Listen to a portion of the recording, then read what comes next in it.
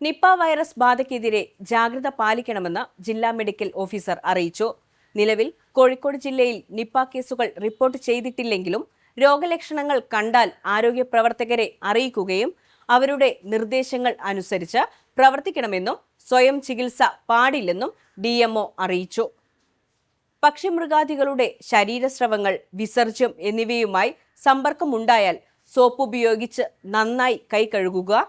നിലത്തു വീണു കിടക്കുന്നതോ പക്ഷികളും മൃഗങ്ങളും കടിച്ചിട്ടുള്ളതോ ആയ പഴങ്ങളും പച്ചക്കറികളും ഉപയോഗിക്കരുത്.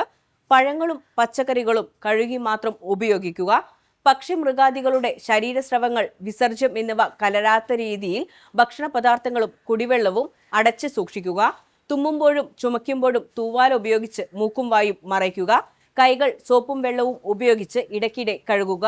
കൈകൾ കൊണ്ട് ഇടയ്ക്കിടെ മുഖത്ത് സ്പർശിക്കുന്നത് ഒഴിവാക്കുക തുടങ്ങിയ മുൻകരുതലുകൾ സ്വീകരിക്കണമെന്നും DMO നിർദ്ദേശിച്ചു.